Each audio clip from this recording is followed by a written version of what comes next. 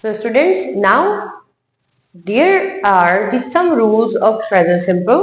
Present simple को अभी हमने डिस्कस जैसे कि किया है, अब हम इसको रूल्स वाइज डिस्कस कर रहे हैं कि प्रेजेंट सिंपल के कौन से इंपॉर्टेंट रूल हैं जो कि हमें एप्लीकेबल करने हैं और प्रेजेंट सिंपल जिसकी मदद पर हमें एक क्लियर अंडरस्टैंडिंग देगा।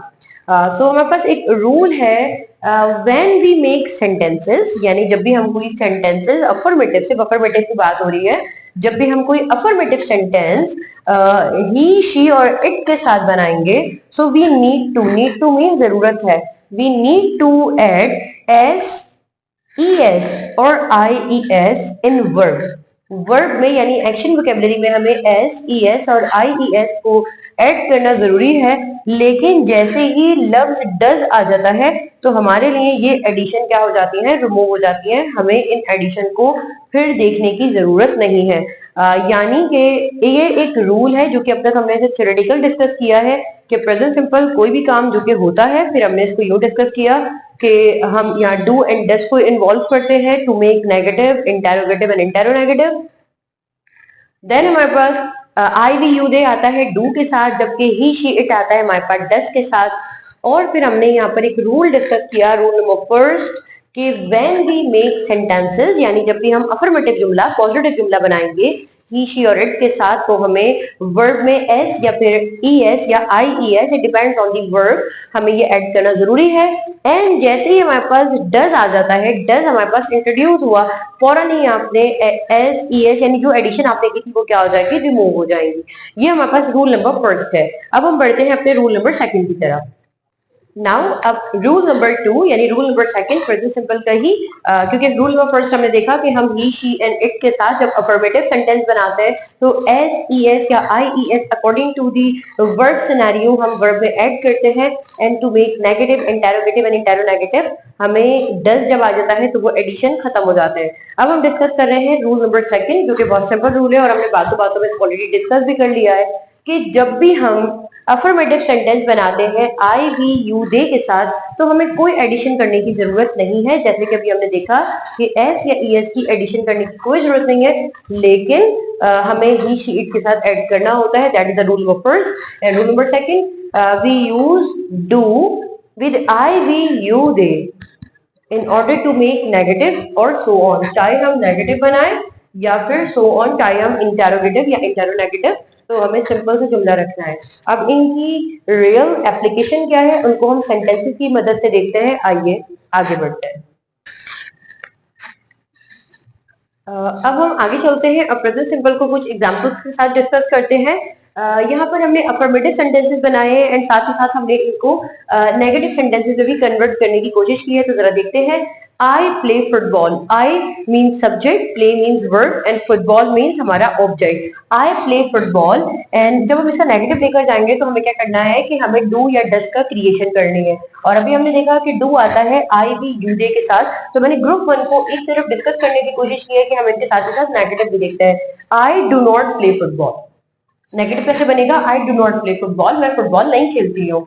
अब हमने यहाँ पर बी में देखा कि वी प्ले क्रिकेट, कि भाई हम लोग क्रिकेट खेलते हैं। मैंने कहा कि अब हम क्रिकेट नहीं खेलते हैं, we do not play cricket, we do not play cricket, जिसे हम डोंट भी पढ़ते हैं, लेकिन लिखने में हमें डू नॉट ही रखना है, लिखने में हमें डोंट नहीं रखना, क्योंकि कॉन्ट्रैक्शंस कहीं पर भी अलाउ नहीं होती है। और हमें राइटिंग के इस उसूल का ख्याल रखना चाहिए कि कहीं पर भी हम डोंट या डजंट लिखते नहीं है। In writing form they are prohibited.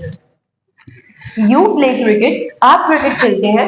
अब इसका नेगेटिव देख लेते हैं कि यू डोंट प्ले, यानी you do not play cricket. In written form you do not play cricket. And they play cricket, भाई वो लोग क्रिकेट खेलते हैं। मैं किसी ऐसे खास ग्रुप की तरफ इशारा कर रही हूँ जिसमें 2 या 2 से ज्यादा लोग हैं, और मैंने कहा कि वो लोग क्रिकेट खेलते हैं, दे प्ले क्रिकेट। मैंने कहा कि वो लोग क्रिकेट नहीं खेलते हैं, they do not play cricket, they do not play cricket. तो यहाँ पर हमें इस चीज का ख्याल रखना है कि आई वी यू डे के साथ जब भी हम अफर्मेटिव जुमला बना रहे हैं तो सब्जेक्ट के फौरन बाद हमें क्या एलोकेट करना है, वर्ब लगाना है।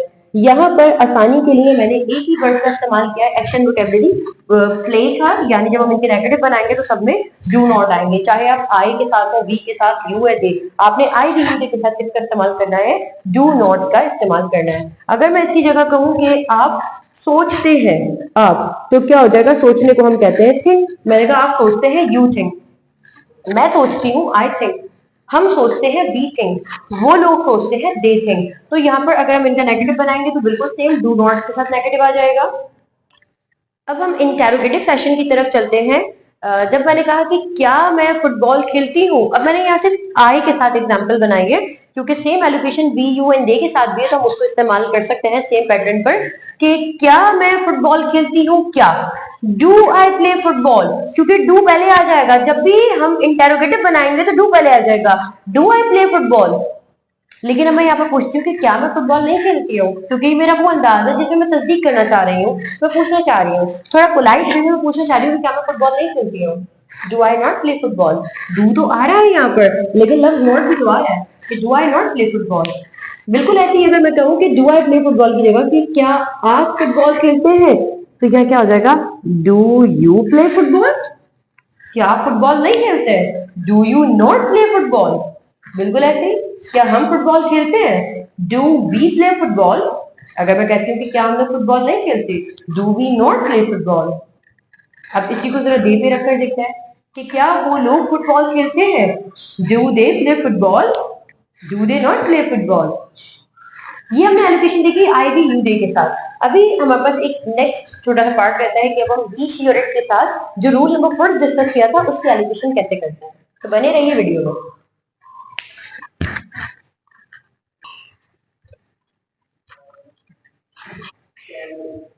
अब हम डिस्कस करते हैं इसी रूल को ही शी एंड इट के साथ। यहाँ पर मैंने शी को डिस्कस किया है, आप ही एंड इट के साथ भी इसको डिस्कस कर सकते हैं। अब हम देखते हैं कि सेम कंटेक्स्ट है, प्ले की ही वोकेबलरी है। जब हमने आई वी यू डे के साथ लगाया तो सिंपल वोकेबलरी थी, I play football, you play football, we play football, they play football. लेकिन जब हम इसी कॉन्टेक्स्ट को शी के साथ लगाते हैं तो क्या हो जाएगा, she plays football. We need to add S here, हम एस लाजमी तौर पर यहाँ ऐड करेंगे बिकॉज, क्योंकि अभी हमने डिस्कस किया था रूल नंबर फर्स्ट, जिससे हमने डिस्कस किया कि we need to add S E S और I E S in verb. तो बिल्कुल ऐसे ही है कि she plays football and to make negative she does not play football. अब यहाँ पर डू का कोई चक्कर नहीं है, she does not play football. अब हम इसी को इंटेरोगेटिव में लेकर जाते हैं कि क्या वो क्रिकेट खेलती है या क्या वो फुटबॉल खेलती है, कोई भी है, क्रिकेट फुटबॉल मसला नहीं है, दरअसल मेन मसला हमारा सब्जेक्ट एंड वर्ब की एलोकेशन है।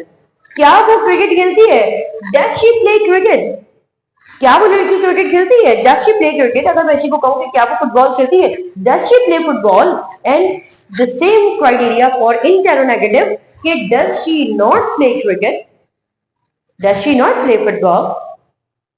तो इस बात को हमें याद रखना है कि जब भी हम ही शी और इट के साथ वर्ब बना रहे हैं प्रेजेंट सिंपल में, यानी सेंटेंस बना रहे हैं, तो हमें एस या ई एस या I E S depends on the verb में ऐड करना है। अब हम डिस्कस करते हैं कि अगर मैं इसी की जगह कह देती कि वो लड़का क्रिकेट खेलता है तो क्या होता था, ही प्लेज क्रिकेट। वो लड़का क्रिकेट नहीं खेलता है, he does not play cricket, क्योंकि जब मैंने डज नॉट लगाया तो एस जो था वो हट गया। यही तो था रूल नंबर फर्स्ट हमारा कि when the does comes so the addition of s es और ies get removed, वो खत्म हो जाती है। so she does not play cricket, क्या वो क्रिकेट खेलती है, या अगर मैं इसको कहती हूँ कि क्या वो लड़का क्रिकेट खेलता है, does he play cricket, क्या वो क्रिकेट नहीं खेलता है, does he not play cricket। So students, अब यहाँ पर ऑन बोर्ड हमारे पास कुछ वोकैबुलरी गिवन है और इन वोकैबुलरी के साथ आप आई वी यू दे और ही शी एंड इट के साथ सेंटेंसेस बना सकते हैं। जरा इन वोकैबुलरी को हम डिस्कस कर लेते हैं। मेक अ डिसीजन, फैसला करना, फैसला साजी करना, इसको हम टेक अ डिसीजन भी कहते हैं। मेक की जगह आप टेक लगा दें, मैं फैसला करती हूँ, आई टेक अ डिसीजन, हम फैसला करते हैं, वी टेक अ डिसीजन या वी टेक डिसीजन, जो भी आ सकता है, ठीक है। मैंने कहा वो लड़का फैसला करता है, तो यहाँ पर टेक में या मेक में आपने क्या करना है, एस लगा देना है, ही मेक्स अ डिसीजन। बिल्कुल सेकंड हमारे पास है क्लीन द रूम, साफ करना, कमरा वगैरह साफ करना, कमरे की सफाई करना, क्लीन द रूम। अब अगर हम इसकी जगह लगा दें क्लीन द गार्डन, तो गार्डन की सफाई करना। स्टडी, स्टडी मीन्स पढ़ना। अच्छा, स्टडी और रीड में फर्क है। रीड हमारे पास एक ऐसी वोकैबुलरी है जिसके लिए हमारे पास कोई सरफेस मौजूद होना जरूरी है। Read the book, read the newspaper, तो उसको हम रीड कहते हैं। जबकि किसी चीज को एग्जामिन करना, इवेल्युएट करना, अंदाजा लगाना, बगौर पढ़ना, उसको हम स्टडी कहते हैं। That's why we study in class, not we read in class. Read is just a small activity. Teach, पढ़ाना, मैंने कहा कि मैं पढ़ाती हूँ, आई टीच, लेकिन अगर इसकी जगह बताऊं कि वो लड़की पढ़ाती है तो क्या हो जाएगा, she teach, she teach. We need to add politely S, she teach. Put out the fire, put out the fire means आग बुझाना। तो जैसे कि मैंने कहा कि रेस्क्यू है, वो झोपड़ी में आग बुझाता है। अब पुट आउट द फायर, हम इसके बहुत सारे सेंटेंसेस बना सकते हैं। तो पुट आउट द फायर, आग बुझाना। पुट ऑन, बिल्कुल ऐसा ही है, दरअसल ये फ्रेजल वर्ब है, पुट ऑन या वेयर, दोनों का मतलब है पहनना, ठीक है। तो जैसे कि हम इसको कह सकते हैं, मैंने कहा कि बच्चे यूनिफॉर्म पहनते हैं, children wear uniform, children wear uniform, क्योंकि चिल्ड्रन बच्चे, चिल्ड्रंस नहीं होता, चिल्ड्रन। बहुत सारे लोग चिल्ड्रंस कह रहे होते हैं, ऐसा नहीं है, चिल्ड्रन के ऊपर हमारा प्लूरल है चाइल्ड का, चाइल्ड एक बच्चा, चिल्ड्रन प्लूरल, तो चिल्ड्रन वियर यूनिफॉर्म। तो आई होप आपको आज का लेसन समझ आया होगा। आपसे दोबारा मुलाकात होती है। अब हम प्रेजेंट सिंपल को मजीद सेंटेंसेस के साथ डिस्कस करेंगे। अपना ख्याल रखिएगा। अल्लाह हाफ़िज़।